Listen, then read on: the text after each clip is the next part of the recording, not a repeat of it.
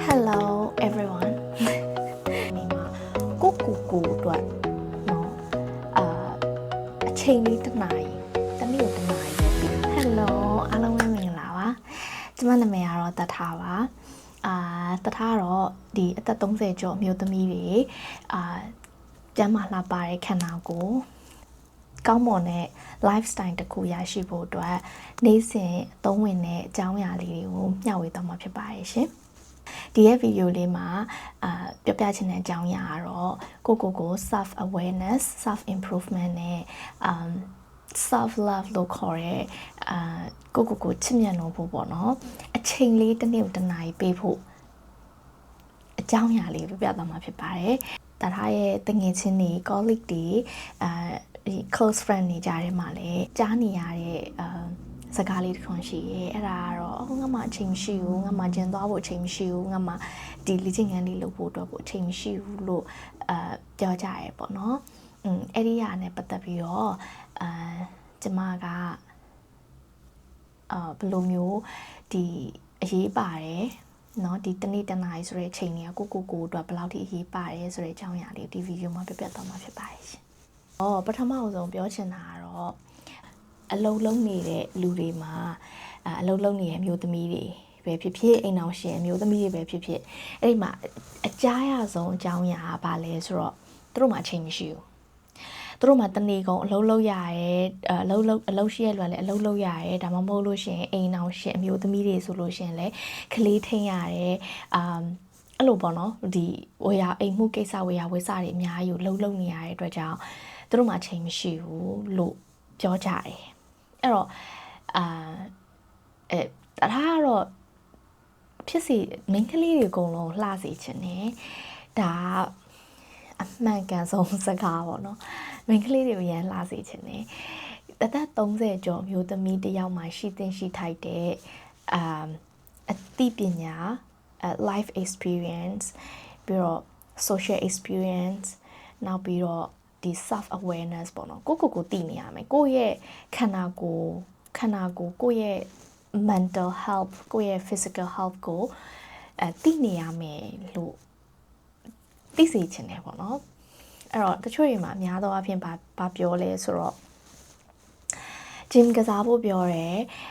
ကို gym ကစားတယ်လို့မဟုတ်ဘူးပေါ့နော် fitness တခုပေါ့နော် fitness တခုအဲ့ဒါက gym မှာအလေးတွေသွားမနေမှာမဟုတ်ဘူးကို active lifestyle တခုရှိနေရမယ်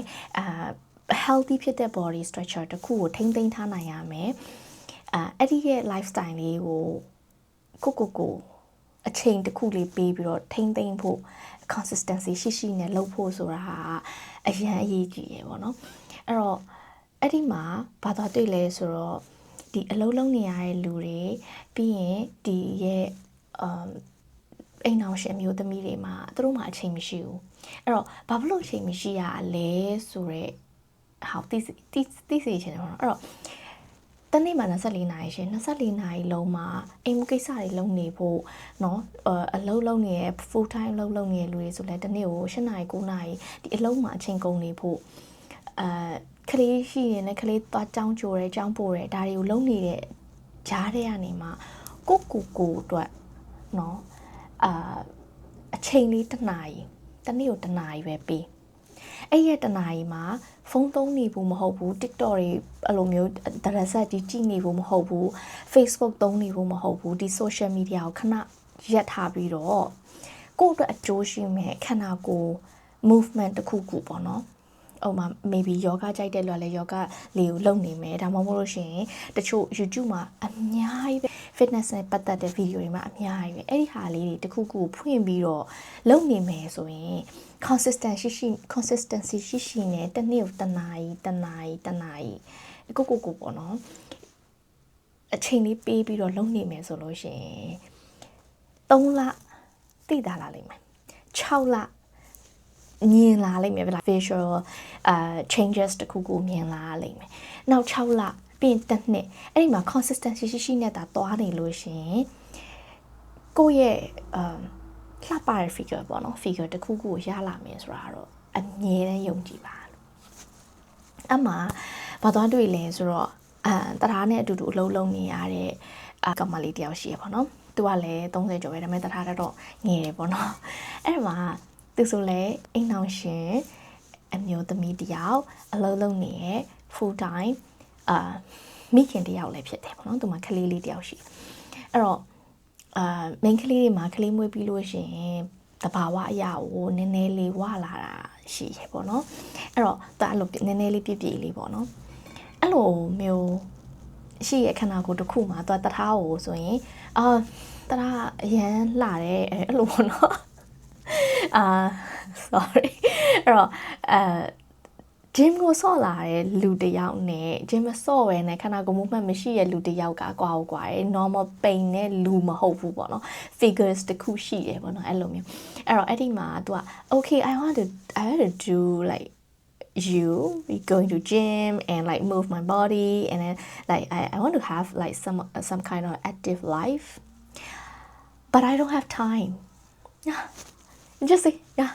we are like literally we are working for the same project and then we have like same working hours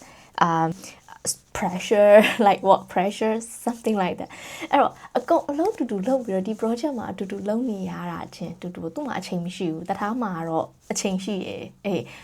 နေရလုံနိုင်တယ် okay sometimes like they give me a compliment I like it yeah I put some effort on this my body so I appreciate it but one thing I want them to know is like you need to make your own time ကိုအတွက်ကိုအချိန်တစ်ခုပေးရမယ် okay ဥပမာထမင်းစားပြီးတော့ okay ညစာစားရယ် okay ညစာစားပြီးရင်ဘာလုပ်လဲဂရင်ပေါ်မှာလှဲပြီးတော့ဖုန်းပွတ်တယ်ဖုန်းသုံးတယ်ဒါမှမဟုတ်လို့ရှိရင်လည်း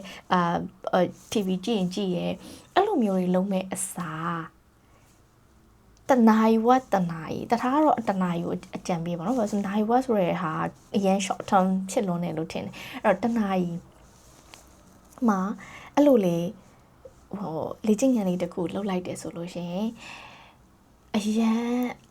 အကျိုးရှိတယ်အရန်အကျိုးရှိတယ်ပေါ့နော်ဒါတနေ့နဲ့လည်းမပြောင်းလဲဘူးနှစ်ရက်နဲ့လည်းမပြောင်းလဲဘူးနှစ်ပတ်နဲ့လည်းမပြောင်းလဲဘူးနှစ်လနဲ့လည်းမပြောင်းလဲဘူးဒါပေမဲ့အဲ့မှာတိတိတတ်တာပြောင်းလဲလာပါတခုရှိလဲဆိုတော့လေ့ကျင့်ခန်းလုပ်ပြီးတိုင်းမှာတထားမြင်တဲ့အလိုတငယ်ချင်းတွေဆိုပြောနေကြတခုရှိ happy hormone ထွက်လာတယ်ပေါ့နော် yeah it's like happy hormone ထွက်လာတယ်အဲ့တော့ခန္ဓာကိုယ်မှာလေ့ကျင့်ခန်းလုပ်ပြီးပြီဆိုလို့ရှိရင်လူဟာပေါ့ပါသွားတယ်လွတ်လပ်သွားတယ်ပြီးရင် stress တွေလျော့သွားတယ်ပျော်ရွှင်တဲ့စိတ်တွေထွက်လာတယ်ပေါ့နော်happy hormone တွေထွက်လာတယ်ပေါ့နော်အဲ့တော့အဲ့လိုမျိုး feeling ကိုရလာတဲ့ချိန်ကြလို့ရှိရင်အဲ့လိုမျိုးခန္ဓာကိုယ်ပေါ့ပါသွားတယ်အဲ့ဒါရချက်ချင်းဝိတ်ကျသွားမှာမဟုတ်ဘူးပေါ့နော်ခန္ဓာကိုယ်ပေါ့သွားတယ်ဆိုတဲ့ဟာမျိုးတိလာတဲ့ချိန်ကြလို့ရှင်ဒီရဲ့ဟာလေးတနာရီတနေ့တနာရီဆိုတဲ့ဟာလေးကိုနေ့စဉ်လုံးမိသွားလိမ့်မယ်နေ့စဉ်လုံးဖြစ်သွားရင်6လတစ်နှစ်ဒီဟာကအလုပ်တစ်ခုကြီးလုံးနေရတာမဟုတ်တော့ဘဲနဲ့နေ့စဉ်ထမင်းစားရည်တောက်အဲ့လိုအချိန်တစ်ခုပေးတဲ့လိုမျိုးကိုဒီလေ့ကျင့်ခန်းလုပ်တဲ့ဟာလေးကိုတစ်ခုဖြစ်လာလိမ့်မယ်ပေါ့နော်အဲ့တော့လုပ်ကြည့်ပါလို့အကြံပေးချင်ပါတယ်ပြီးတော့ကိုချစ်ပါမိသားစုကိုချစ်တယ်မိသားစုအတွက်ပေါ့နော်လုတ်ပေးချင်တယ်လုတ်ပေးနေရတယ်ဆိုရင်အဲ့ဒီသူတို့တွေပို့ပြီးတော့ရေရှည်ကောင်းကောင်းမွန်မွန်လုတ်ပေးနိုင်ဖို့မိသားစုတွေပို့ပြီးတော့ချစ်နိုင်ဖို့အတွက်ကိုလှပနေကျန်းမာတဲ့ခန္ဓာကိုယ်ရပြီးတော့လှပလေးရနော်လှပလေးနဲ့နေပါလို့အကြံပြုချင်ပါတယ်အဲ့တော့ဒီဗီဒီယိုလေးကိုကြည့်ပြီးတော့ဒီအခုပဲချက်ချင်းပဲပေါ့နော်ဒီချိန်ကလေးငါထားလုပ်လိုက်မယ်တနားရီလောက်လေးပဲ YouTube ကနေပြီးတော့မှရှာကြည့်လိုက်မယ်ဘယ်လိုလေးလုပ်မလဲအဲ့လိုမျိုးလေးပေါ့နော်အဲ့ဒါလေးကိုစပြီးတော့လုပ်ကြည့်ပါစပြီးတော့လုပ်ကြည့်ဖို့အကြံပေးချင်ပါတယ်အဲ့တော့ဒီဗီဒီယိုလေးကိုကြည့်ပြီးတော့အကျိုးတစ်ခုခုရရှိလိမ့်မယ်လို့မျှော်လင့်ပါတယ်အဲ့တော့အသက်30ကျော်မျိုးသမီးများအားလုံးလှပဖို့အတွက်နေ့စဉ် lifestyle တစ်ခု active lifestyle တစ်ခုလေးကိုရရှိဖို့အတွက်ဒီအကျိုးဝင်တဲ့အကျိုးရှိတဲ့အကြောင်းအရာလေးတွေကို share ပေးသွားမှာဖြစ်တဲ့အတွက်ကြောင့်တထားရဲ့ channel လေးဖိတ်ခေါ်ချင်ပါတယ်ကျေးဇူးအများကြီးတင်ပါတယ်